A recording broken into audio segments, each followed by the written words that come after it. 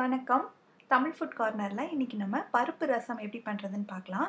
முதல்ல ரசத்துக்கு தேவையானதை அரைச்சிக்கலாம். ஒரு மிக்ஸி ஜாரில் 2 டீஸ்பூன் மிளகு, 2 டீஸ்பூன் சீரகம், ஒரு காஞ்ச மிளகாய், ஒரு பச்சை மிளகாய், கொஞ்சமாக கருவேப்பிலை, கொஞ்சம் மல்லித்தழை, அப்புறம் ஒரு 5-6 பூண்டு, இது எல்லாத்தையும் சேர்த்து 1-2 நைஸாக இல்லாமல் கொரப்பாக அரைச்சி எடுத்து வச்சுக்கலாம்.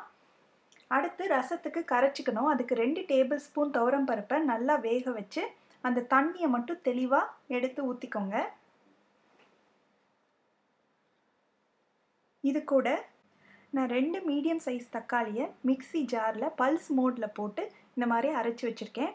அதில் உள்ள நம்ம சாறை மட்டும் பிழிஞ்சு நான் எடுத்து சேர்த்துக்க போகிறேன். இன்னும் கொஞ்சம் தண்ணி சேர்த்து அந்த சாரெல்லாம் நல்லா பிழிஞ்சு எடுத்துக்கலாம். உங்களுக்கு அப்படியே வேணும்னா நீங்கள் அப்படியே சேர்த்துக்கலாம். எனக்கு ரசம் தெளிவாக வேணுன்றதுனால நான் இப்படி எடுத்திருக்கேன். கொஞ்சம் மல்லி இலை பிச்சு சேர்த்துக்கலாம்.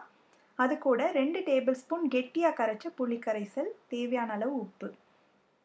இது கூடவே நம்மளுக்கு இன்னும் கொஞ்சம் தண்ணி சேர்த்து இதை நல்லா கலந்து விட்டுட்டு, இப்போவே டேஸ்ட் பார்த்திங்கன்னா கொஞ்சம் புளிப்பும் உப்பும் கொஞ்சம் அதிகமாக இருக்கணும். அப்போ தான் நம்ம அரைச்சி வச்சுருக்க மசாலாவை சேர்த்து ரசம் வைக்கும்போது உப்பு புளிப்புலாம் கரெக்டாக இருக்கும். இப்போ ஒரு கடாயில் 1 டீஸ்பூன் எண்ணெய் ஊற்றிருக்கேன். எண்ணெய் சூடாயிடுச்சு. 1/2 டீஸ்பூன் கடுகு உளுந்தம்பருப்பு சேர்த்தாச்சு. பொரிஞ்சதும் கொஞ்சமாக கருவேப்பிலை, அப்புறம் நம்ம அரைச்சி வச்சுருக்கிற ரசம் மிக்ஸு, அது எல்லாத்தையும் கொஞ்சம் எண்ணெயில் வதக்கிட்டு 1/2 டீஸ்பூன் பெருங்காயத்தூள் சேர்த்துக்கலாம். பெருங்காயத்தூள் நல்லா வாசனை கொடுக்கும் ரசத்துக்கு. இதையும் நல்லா கலந்து விட்டுட்டு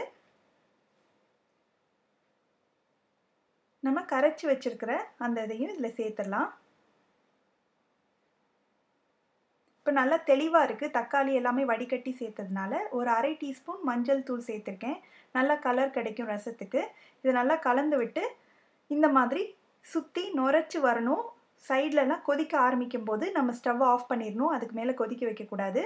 இப்போ கொஞ்சமாக தண்ணி சேர்த்துக்கிட்டோம்னா ரசம் கடுத்து போகாமல் இருக்கும். அது கூட கடைசியில் கொஞ்சமாக கொத்தமல்லி இலை, கருவேப்பிலையை கையால் பிச்சு சேர்த்து நல்லா கிண்டி விட்டுட்டோம்னா சூப்பராக கமகமன் வாசனையோட பருப்பு ரசம் ரெடி ஆயிடுச்சு. இது ரொம்ப சிம்பிளாக பண்ணிடலாம். நீங்களும் கண்டிப்பாக இந்த ரெசிபியை ட்ரை பண்ணி பார்த்துட்டு உங்களோட கமெண்ட்ஸை ஷேர் பண்ணுங்கள். இதே மாதிரி நிறைய ரெசிபீஸ் பார்க்கணுன்னா தமிழ் ஃபுட் கார்னருக்கு சப்ஸ்கிரைப் பண்ணுங்கள். நன்றி.